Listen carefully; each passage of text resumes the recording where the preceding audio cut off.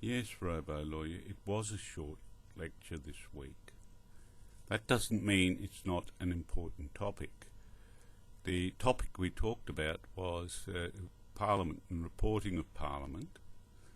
We had a little potted history lesson there along the way too. We talked about the Bill of Rights when William and Mary of Orange came over, and they, as part of accepting the throne of England, they agreed to this Bill of Rights, and on that basis it established a supremacy of Parliament.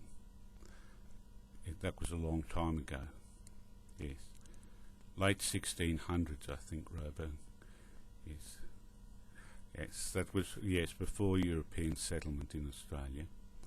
But what it did was it actually meant that there were certain privileges and rights attached to Parliament, because the idea was that in Parliament a person could, as a member of Parliament, speak their mind without fear or favour. And that's where the idea of the absolute privilege in Parliament came from.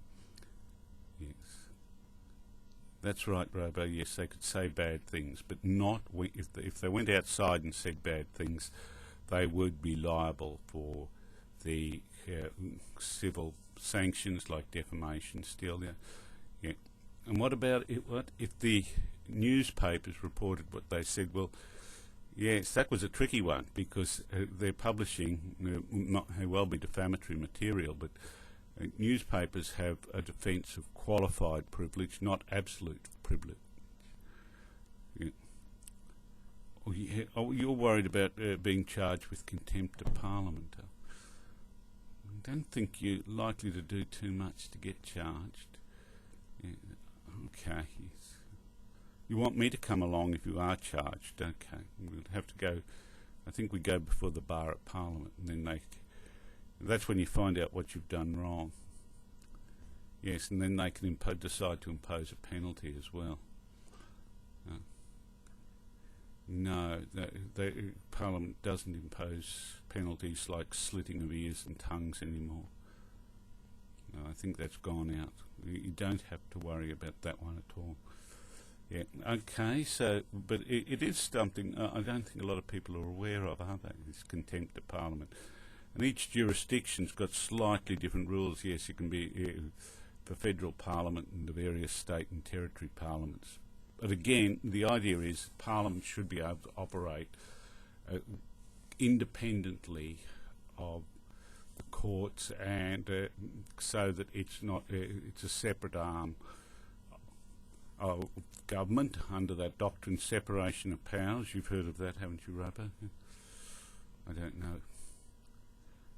Okay, well, you say goodbye, people. Look, people have been saying to me they can't hear you talk. Maybe it's something to do with their sound system or something, I don't know. But anyway, you say goodbye, Robolawyer. Right, goodbye till next week then, people. Okay, yes, worry about that. Perhaps our sound's not working well, Robo. Yes, that was a really good article Annie Boyd sent to me, yes, about life in the virtual world. Yes, I put it up in the resources section of the web page so that, yes, people can have a look. Like, who says this law isn't up to date? We're right at cutting edge in some of these issues.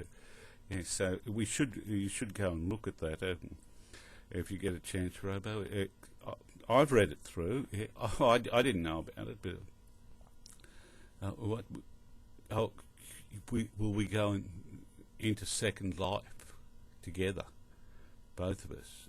You want to change your form, a different avatar form, do you? Hey, Robo, this has still been going. They've been listening to us talking.